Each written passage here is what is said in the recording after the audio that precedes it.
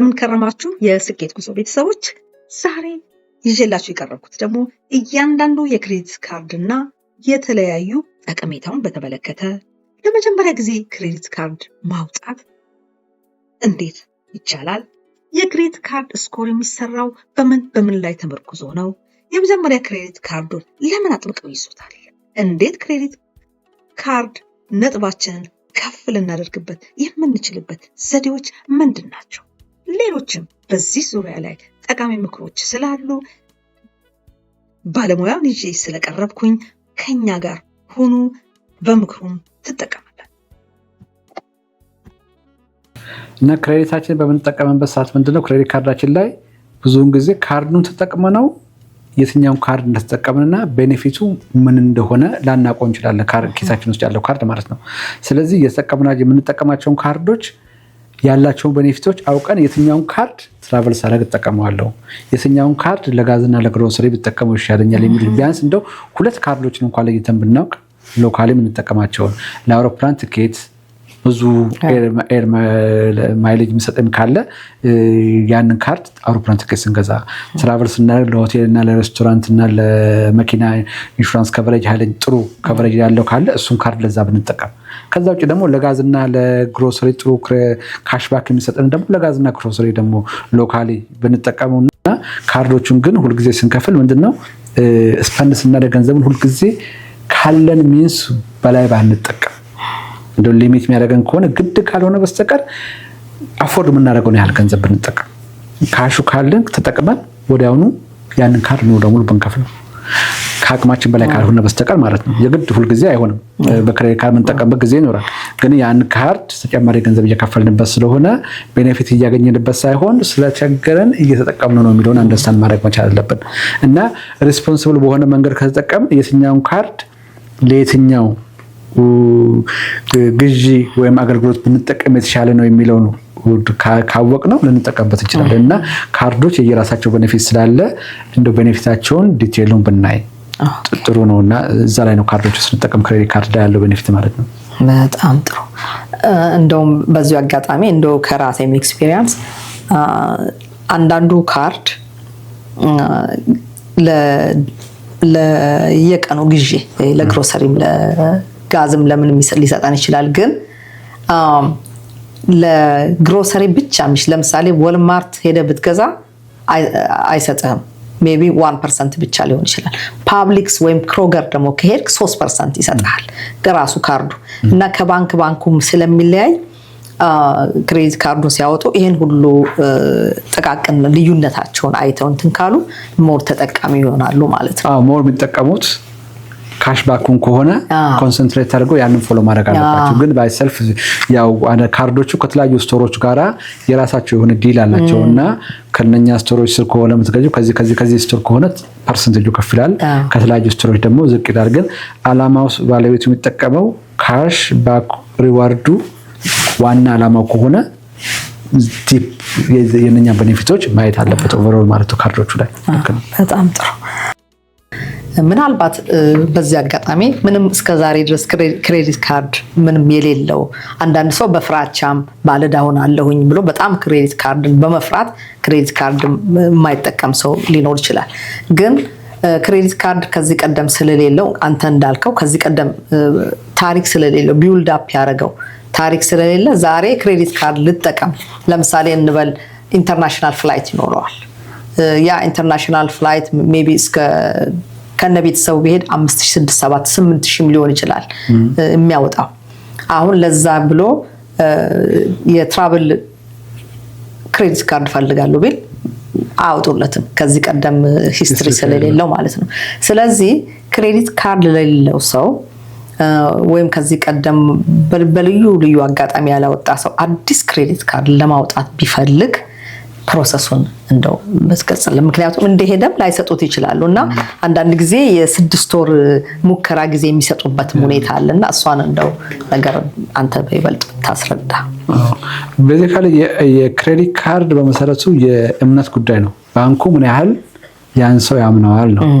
ባንኩ ደግሞ ያን ሰው ሊያውቀው ስለማይችል ተቋም ስለሆነ ሌሎች ተቋማት አሉ የዛን ሰውዬ ባህሪ የሚያጠኑ ሂስትሪ የሚያውቁ ማለት ነው። የዛ ሰውዬ ደግሞ ያን ሂስትሪ እነዛ ተቋማት ጋር እነዚህ ትራንስ ዩኒየን፣ ኢኩፋክስ እነሱ ጋር ቢውል ካላደረገ እነኚህ ክሬዲት የሚሰጡት ባንኮች ደግሞ ካርድ የሚሰጡት ባንኮች ስለ ሰውየው ምንም ነገር አያውቁም። ይክፈል አይክፈል ጥሩ ባህሪ ነው አይኖር የሚያውቁት ነገር የለም። ስለዚህ ሊሚት ያደርጓል ማለት ነው። ግን ያንን ብሬክ ለማድረግ ዴቢት ካርድ ላይ ቅድም እንዳወራ ነው የራሳችን ገንዘብ ስለምንጠቀም በአብዛኛው ኦልሞስት ኦል ዴቢት ካርድ ላይ የምናደርገው ትራንዛክሽን የራሳችን ገንዘብ ስለሆነ ሪፖርት ያደረጉ ለክሬዲት ሞኒተሪንግ ካምፓኒዎች ክሬዲት ካርድ ሲሆን ነው።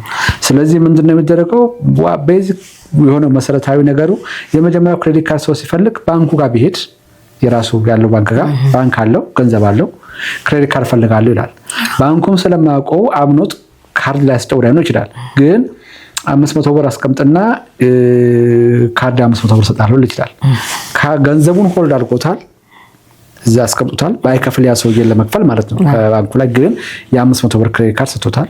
ያ ሰው ያችን 500 ብር ካርድ ወስዶ ማስቀመጥ አይደለም የራሱን ገንዘብ ሆልድ አድርጎ አስቀምጦታል ተቀብሎት ይዞታል። ግን ያችኑ ገንዘብ እንዲጠቀም የ500 ብር ክሬዲት ይሰጠዋል ማለት ነው። የ200 ሊሆን ይችላል ይሰጠዋል ማለት ነው። ግን ያ ሰው ያችን ካርድ ከወሰደ በኋላ ቁጭ ማድረግ አይደለም ያለበት። የሄደው ጋዝ መግዛት፣ በሰዓቱ መክፈል፣ ግሮሰሪ መግዛት መክፈል የሆነ ስፐን እያደረገ መክፈል ይጀምራል። ያን ጊዜ የሰውየውን ባህሪ ለክሬዲት ሞኒተሪንግ ካምፓኒዎች ስለሚላክ እያንዳንዱ ትራንዛክሽኑ ቀስ እያደረገ ክሬዲቱን ቢውል እያደረገ እነሱ ጋር ይሄዳል ማለት ነው። በሰዓቱ መክፈልና ያለውን ክሬዲት ሊሚት በሙሉ አለመጠቀም ዋና መሰረታዊ የሆኑ ነገሮች ናቸው። መክፈል በሰዓቱ መክፈል አለበት ቢውል ለማድረግ ጥሩ አድርጎ። ሁለተኛ የሰጠውን ሊሚት አሳልፈው መጠቀም የለበትም። ሊሚቱ ላይ እንናገራለን። አንድ ሰው ካርድ ካለው ሊሚት ላይ ከ30 ከመቶ በላይ ተጠቀም ነው የሚባለው ጥሩ ክሬዲት ስትሪም ቢልድ ለማድረግ ማለት ነው። የ500 ብር ካርድ ቢሰጡት ቢቻል 200 እንኳን ባይደርስ የሚጠቀመው ወዲያውኑ እየከፈለ ቢሄድ ገንዘቡን ብዙ ጣማጣው ባይጠቀመው ማለት ነው። እያደረገ በሚሄድበት ሰዓት ላይ ቢልድ ሲያደርግ ባንኩ ምን ያደርጋል? ከ6 ወር ከምናምን በኋላ ክሬዲት የ500 የያዘውን ይተውና የ1000 ብር ካርድ ይሰጠዋል። አሁን ኦልሬዲ ቢልድ ያደረገ ማለት ነው። የባንኩ ገንዘብ ይሰጠዋል ማለት ነው። አሁን ይሄ ሰው በዛች ካርድ ደግሞ ትንሽ መጠቀም ሲጀምር ሌሎች ካርዶች ኦፕን ያደርጋሉ በራቸው ለዚህ ሰው ማለት ነው። አሁን በዚህ ሰዓት ላይ ቀስ እያደረገ ቢልድ እያደረገ ይሄዳል። አንደኛው ይሄኛው ባንኩ ጋር ሄዶ፣ ሁለተኛው ቅድም እንዳለው ቬሪ ኤክስፔንሲቭ ነው እንዳለው የዲፓርትመንት ስቶሮች ብዙ ጊዜ በጣም ብዙ ቻርጅ ስለሚያደርጉ ሪስክ ይወስዳሉ። አሁን ሜሲ የተለያየ ቦታ ስኬድ ክሬዲት ቼክ ያደርጋሉ፣ ግን ብዙ ጊዜ ይሰጣሉ ክሬዲት ካርዶችን እና ከነሱ መጀመር ይቻላል። ትንሽ እንትኖችን ካርዶችን ማለት ነው። እነሱም ክሬዲት ካርድ ስለሆነ ቢውል ስለሚደረግ ዲፓርትመንት ስቶሮችም ኢዚሊ ከባንኮች ይልቅ መጀመሪያ ላይ የሚሰጡት በአብዛኛው እነሱ ትንሽ ገንዘብ ነው 500 ብር ምናምን ያሉ ክሬዲት የሚሰጡት እና ክሬዲት ሂስትሪ የሌለው ሰውም ዲፓርትመንት ስቶሮችም ስለሚሰጡ ካርድ የዲፓርትመንት ስቶር ካርድ ደግሞ ሌላው አማራጭ ነው። በእነኚህ ካርዶች እየተጠቀሙ ቀስ እያደረጉ ክሬዲትን ቢውልድ ማድረግ ሂስትሪ ቢውልድ ማድረግ ነው።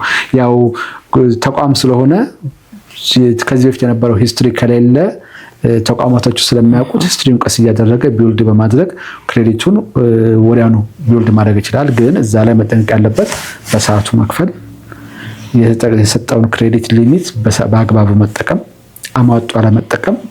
ብዙ ጊዜ ካርዶች ላይ እንመጣበታል። ከ1/3 በላይ አትጠቀሙ ነው የሚባለው የካርዱ ከተፈቀደለት ለምሳሌ 10,000 ቢሆን የተፈቀደለት ቢሆን ከ3,000 ብር በላይ 30% ይባላል እና በቀላሉ 1% ያልኩ 30% ይባላል። ከ3,000 በላይ መጠቀም ይችላል። ግን ክሬዲት ፖይንቱ ላይ አንደኛው የሚታየው ምን ያህል ተጠቀመ የሚለው ስለሆነ ከተሰጠው ክሬዲት ሪስክ ነው። ክሬዲቱን በሆኑ ተጠቀመ ይሄ ሰው ሊከፍለን ይችላል ወደፊት የሚል አይነት ፍራቻ ሊመጣ ይችላል ባንኮች ላይ እና ግን ክሬዲት ሞኒተር ሲያደርጉ ያንንም አንድ መለከቱታል ክሬዲት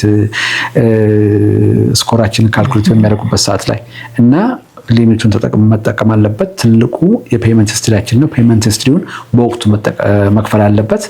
ካርዱ መጠቀም አለበት። ዝም ብሎ ማስቀመጥ የለበትም። የ500 ብር ካርድ ወስጄ ዝም ብዬ ባስቀምጠው ክሬዲት ቢውልድ አደረገው ከፍዬ ስጠቀም ያ ባህል ጸባይን ያውቁታል ማለት ነው። እየወሰድኩ ስጠቀም ማለት ነው። ስለዚህ በዛ መልክ ነው ክሬዲት ቢውልድ። ኦኬ። ግን ክሬዲት ካርዱን ደግሞ ወስደህ ብዙ ባትጠቀምበትም ያም ደግሞ ነጥብ አያሰጥም። ካርዱ ወስደን ባንጠቀምበት ነጥብ ለመስጠት ካርዳችን አክቲቭ እያደረግን ካስቀመጥን ኢትስ ጉድ። ብዙ ጊዜ ካርዳችን አክቲቭ እያደረግን እየከፈልን ከሄድን ሪስፖንሲብል ሆነን ከተጠቀምን ኢትስ ፋይን። ምን እያደረግን አንዳንድ ካርዶች ብዙ ካልተጠቀምን የሚዘጉ ካርዶች አሉ። አዎ የሚዘጉ ካርዶች አሉ። በራሳቸው ሰዓት ላይ አንዳንዶቹ አይጠቀሙም፣ ገንዘቡን ይዛችኋል አትጠቀሙም ብለው የሚሉ አሉ እና ለዛ የሚዘጉ አሉ። ሁላችንም መመልከት ያለብን ክሬዲት ስኮሬ ስንት ነው፣ ክሬዲት ስኮሬ ላይ ምን ሪፖርት ተደርጓል የሚለውን በአመት አሁን ጆርጂያ ውስጥ አንድ ጊዜ ፑል አድርጎ ማየት ይፈቅዳል ከክሬዲት ካምፓኒዎች፣ ስኮር ካምፓኒዎች በነፃ እና ክሬዲት ስኮራችንን ብናይ ክሬዲታችን ላይ ምንድነው ያለው የሚለውን ሪፖርት ዲቴይሉን ብንመለከት መልካም ነው። ክሬዲት ስኮራችንን ስንመለከት ክሬዲት ስኮር ከ300 እስከ 850 ድረስ ነው ካልኩሌት የሚደረገው። እነኛ ቁጥሮች ከፍ ባለ ቁጥር የተሻለ ክሬዲት ሂስትሪ ስላለን ባንኮችም ኦፕን ያደርጉልናል ሞር የሚሰጠውን ክሬዲት።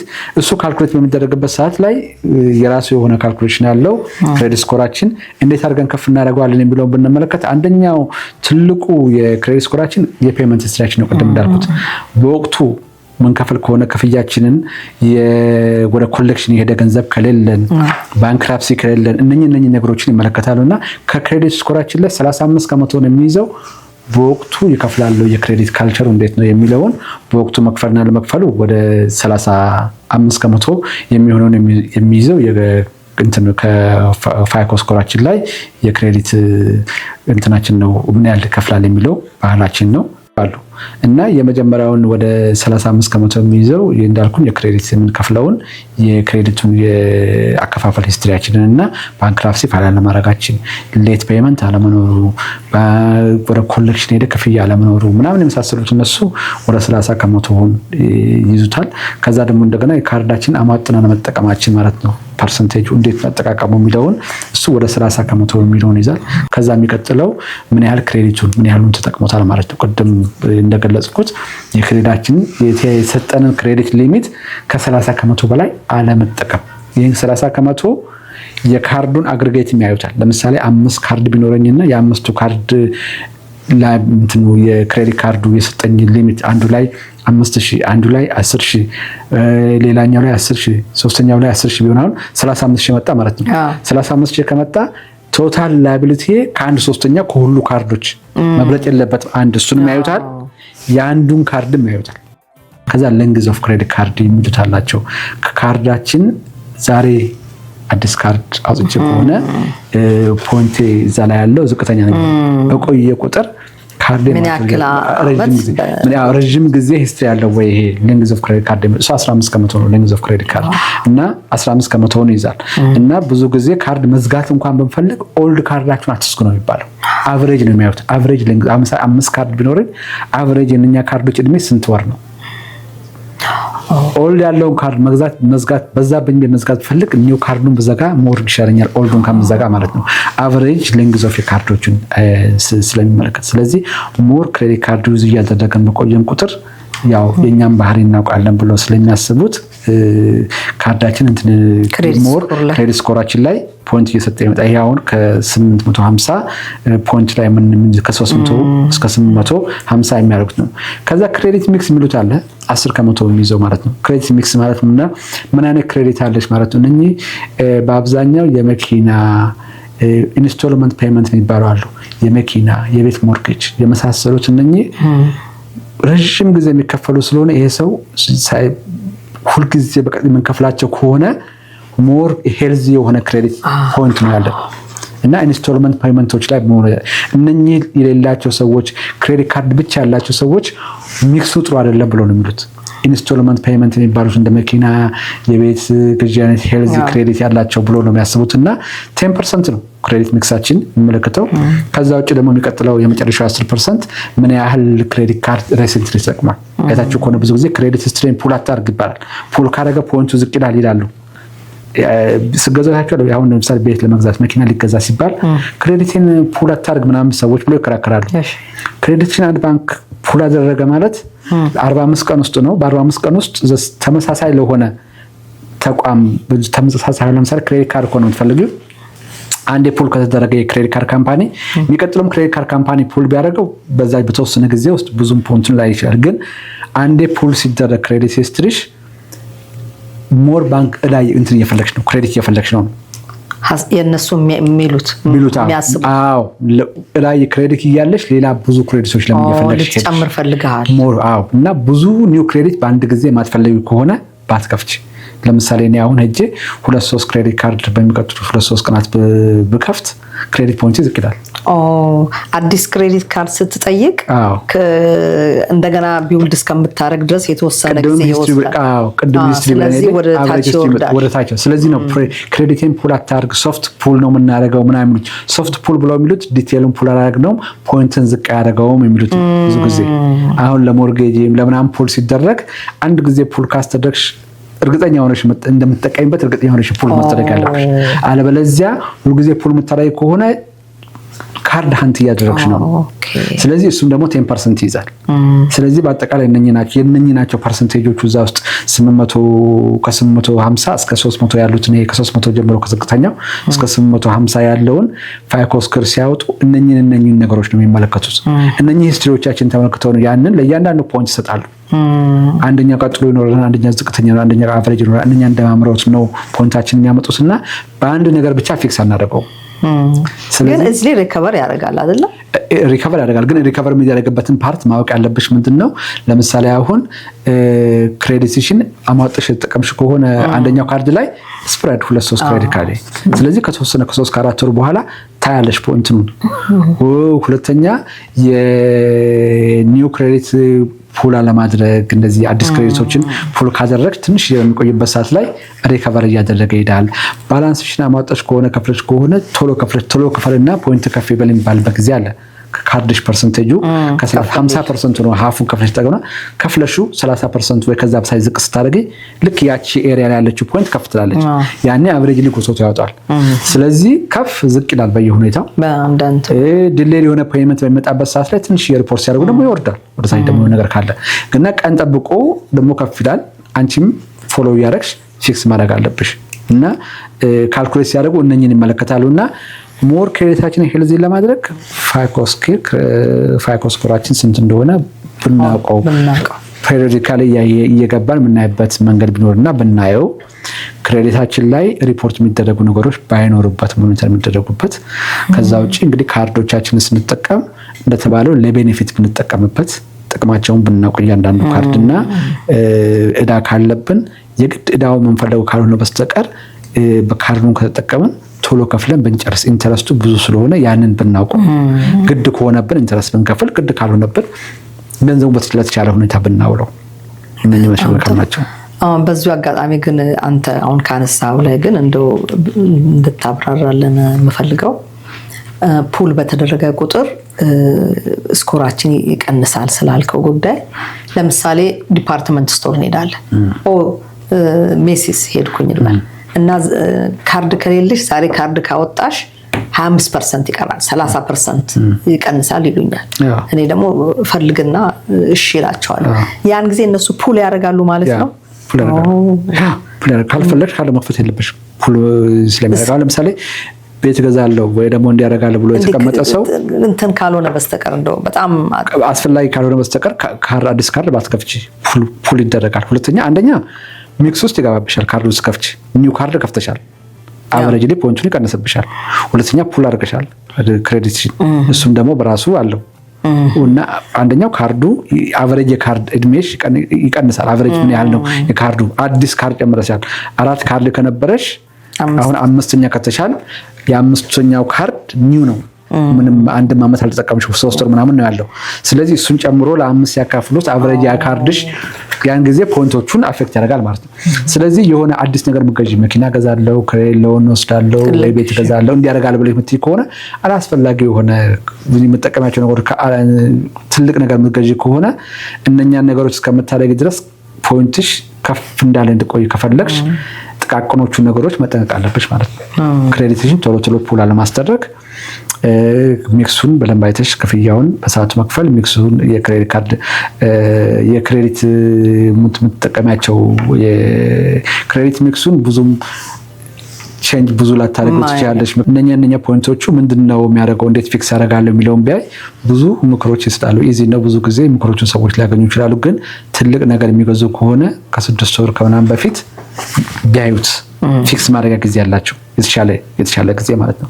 ዛሬ አንድ እርምጃ ወስደሽ ከነጎዲያ ወይ ደግሞ የዛሬ ወር አይደለም ላታዩት ይችላልሽ ውጤቱን 2-3 ወር የሚወስድ ነገር ይኖራል 6 ወር የሚፈጅ ነገር አለና ቀድሞ ትላልቅ ነገር የሚመጣ ሰው ከሆነ የተሻለ ኢንተረስት ለማግኘት የተሻለ ብድር ለማግኘት ቀድሞ ከ6 ወር በፊት ምናምን በትክክል ነገሮቹ መስመር መያዛቸው ላይ ለጥቃቅን ነገሮችም አዳዲስ ካርድ አለማውጣት እና ጥንቃቄ መውሰድ አላስፈላጊ ካልሆነ በስተቀር ካርድ 6 ወር ዝግጅት ያስፈልጋል ማለት ነው። አስፈላጊ ካልሆነ አዲስ ካርድ አድማረ ካላስፈልገሽ መከለ በጣም መሰረታዊ ለውጥ የሚያመጣ ነው። ቤኔፊት ብሎ ወይ ካርድ ስለመጣለ ብለሽ ማውጣቱ ላይጠቅምሽ ይችላል። ቶሎ የምትፈልጊው ከሆነ ፖይንት እሺ እንትን እንዳይ ነው። ለምሳሌ ክሬዲት ካርድ አትመልሱ ወይም አትዝጉ ይባላል። አንድ ጊዜ ከወሰዳችሁ ምን አሁን ለምሳሌ አዳዲሱ አሁን አንድ ሰው መጀመሪያ ክሬዲት ካርድ ቢሰጥህ ምንም ቤኔፊት የለው። በቃ የራስ እየተበደርክ መመለስ 2% 3% እንመልሳለን ጋዝ ግሮሰሪ ምንም ነገር የለው። ለምሳሌ እሱን ካርድ እመልሳለሁ ብትል ምንም ስለማትጠቀምበት ስለማትፈልገው ማለት ነው። ዋና ግን አትመልሱት ብሎ የሚሉት ምንድነው? ቅድም ልክ እንዳልኩት ነው። የካርድሽ አንደኛ ፋይኮ ስኮሮች ላይ የሚሄደው ምን ያህል ክሬዲት አቨሬጅ ሌንግዝ ኦፍ ክሬዲት አለ። መጀመሪያ ያወጣሽው ካርድ ረጅም ዕድሜ ያለው ካርድ ነው። እሱን አትመልሱት ይባላል። እሱ ስትመልሺ አቨሬጅ ዕድሜው ይቀንሳል የካርድሽ ነው። ያን አፌክት አለማድረጉን አይተሽ ብትመልሺ መመለስ ያለብሽ። ረጅም ዕድሜ ያለውን ካርድ ከምትመልሺ ኒውር የሆነውን ካርድ ብትመልሺ ብዙ አፌክት ያደርገውም የክሬዲት ሌንግዝ ኦፍ ዕድሜው ማለት ነው። ስለዚህ ፖይንትሽን ብዙ አፌክት ያደርገውም ከዛ አንፃር ነው አትመልሱ ብሎ የሚሉት ሰዎች የሚሉት። ከተቀመጠ ባንኩን ቆይቶ አንዳንድ ጊዜ ካልተጠቀምሽው ደግሞ ባንኮች ሊዘጉት ይችላሉ ጨርሶ። ስለዚህ አንዳንድ ጊዜ ሄዶ አንድ ጊዜ ጋዝ ገዝቶበት ወዲያኑ ከፍሎ አክቲቭ አንዳንድ ጊዜ 2 ዓመት አክቲቭ ካልሆነ ዘጋዋለሁ የሚሉ ባንኮች ሊኖሩ ይችላሉ። እንደ ባንኩ ነገር እንደዛ እንዳይሆን አንድ ትራንዛክሽን ፈጽሞበት ካስቀመጡት አክቲቭ ካርድ ሊሆን ይችላል። ያኔ ፖይንትሽም አንድ ቀን በ2 ወር በ6 ወር በአመት የምታደርጊም እነሱ ዝም ሊሉ ይችላሉ። አለ አክቲቭ ነው ይቀመጣሉ። ዝም ብሎ ዴድ ከሆነ ለረጅም ጊዜ ባንኮቹ ራሳቸው ሳይት ይዘጉታል ያን ነገር እና እንደዛ እንዳይሆን ካርዶቹ ማድረግ ያስፈልጋል። እና አትመልሱት ሰዎች ምንድነው ምንድነው አቨሬጅ ዕድሜ የካርድሽ ዕድሜ ረጅም ሲሆን የፋይኮ ስኮሮች ላይ ፖይንት ስላለው ክሬዲት እንትንሽ ላይ ያንን ሎወር እንዳያደርግብሽ ኦልድ ካርድሽን ባዘግበት የሚለውን የሚጠቀሙት ለዛ ነው። ያንን በጣም ጥሩ በጣም ግልጽ አደረከው። በጣም እግዚአብሔር ይስጥልኝ። በጣም ነው የማመሰግነው። እና በዚሁ አጋጣሚ ለኦዲየንሱ መግለጽ እንፈልገው ለማያውቁት ሰዎች የትራቭል ኤጀንት ካልዲ ትራቭል የሚባል አለኝ።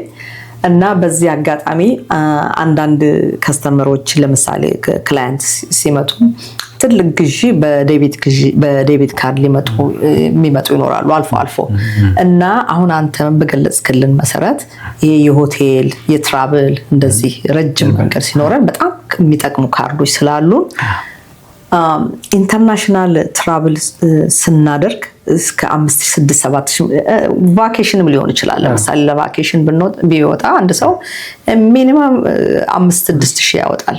ከዛም በላይ እስከ 10,000-11,000 ያወጣል። ስለዚህ ቀደም ብሎ ፕላን ማድረግ እነዚህን ካርዶች ለማግኘት ቤኔፊቱን ለማግኘት እንደገና ደግሞ ትራቭል ኢንሹራንስ የሚባል አለ፣ ትራቭል ፕሮቴክሽን አለ። አሁን ትራቭል ፕሮቴክሽን ከመግዛት ይልቅ በእነዚህ ካርዶች ላይም ስለሚሸፈን የትራቭል ፕሮቴክሽን የሁሉ ጠቀሜታ ስላለው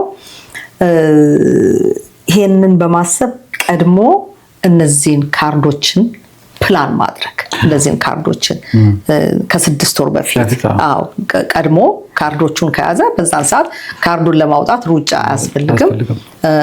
በሚፈልግ ጊዜ አውጥቶ ይጠቀማል ማለት ነው። ይሄን ለማለት ነው የፈለኩት። በጣም ነው የማመሰግነው አቶ አስቻለው። በጣም አመሰግናለሁ። እንግዲህ የስኬት ጉዞ ቤተሰቦች አቶ አስቻለው ዛሬ እንደነገረን የመኪና፣ የቤት፣ የጤና ኢንሹራንስ በተለይ አዲሱ የቤትና የመኪና ነው።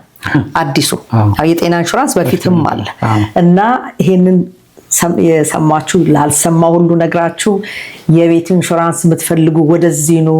በጣም መልካም ሰው ነው። አፌን ሞልቼ የምናገርለት ሰው ነው። በደንብ አድርጎ ያብራር። ልክ አሁን እዚህ ላይ ፊቴ እንደሚያብራራላችሁ በግል በምትመጡበት ጊዜ ቢዝነስ ኖራችሁ በደንብ አድርጎ የሚረዳችሁ ሰው ነው እና የመኪና ኢንሹራንስ፣ የቤት ኢንሹራንስ ስትፈልጉ እንግዲህ ወደ አስቻለው ካሳ 56 60 56 ሜሞሪያል ድራይቭ። ምንድነው ሎጎ ግን ስሙ ያንተ የታክስህ? ጎልድ ስታር አካውንቲንግ ታክስ ነው። ጎልድ ስታር አካውንቲንግ ታክስ ሰርቪስ ነው ያለው። ቢልዲንጉ ያለው ከቦስተን ፊነራል ሆምና ከቢፒዋ መካከል ላይ ኢትዮጵያ ኮሚኒቲ አጠገብ ነው ያለው። እናስቀምጠዋለን። ወኪንግ ዲስታንስ ላይ ነው ያለው እዛ ላይ እና 5660 ሜሞሪያል ድራይቭ ስዊት ነምበር ቢ እዛ ውስጥ ነው ያለ ነው እና እዛ ውስጥ በመምጣት በማንኛውም ሰዓት መገልገል ትችላላችሁ ከሰኞ እስከ ቅዳሜ ድረስ እና በስልክ ቁጥር 404 664 6940 ደውላችሁ ማናገር ትችላላችሁ። ለስኬት ጉዞ አዘጋጆች በሙሉ ይህን እድል ስለሰጣችሁኝ እግዚአብሔር ይስጥልኝ። በጣም አመሰግናለሁ። በጣም አመሰግናለሁ። እስቲ ለስኬት ጉዞ ቤተሰቦች ወይም ይሄን ለሚከታተሉ ሰዎች ደግሞ ሰብስክራይብ እንዲያደርጉ የስኬት ጉዞን እስቲ አንተ ደግሞ በቃልህ ብትገልጽላቸው። እሺ፣ ይሄን ተመልካቾቻችን በሙሉ የስኬት ጉዞን በተመለከተ ያው በጣም በርካታ የሆኑ አገልግሎቶችን ለማህበረሰባችን እየሰጠ ያለ ዩቲዩብ ቻናል ስለሆነ ሁላችሁም ሰብስክራይብ በማድረግ እንድትተባበሯቸው እንጠይቃለን። በጣም አመሰግናለሁ። የዛሬው ፕሮግራማችን በዚሁ ላይ ይጠቃልላል። በሚቀጥለው ጊዜ እስከምንገናኝ ድረስ እግዚአብሔር ይስጥልን። ደህና ክረሙልን።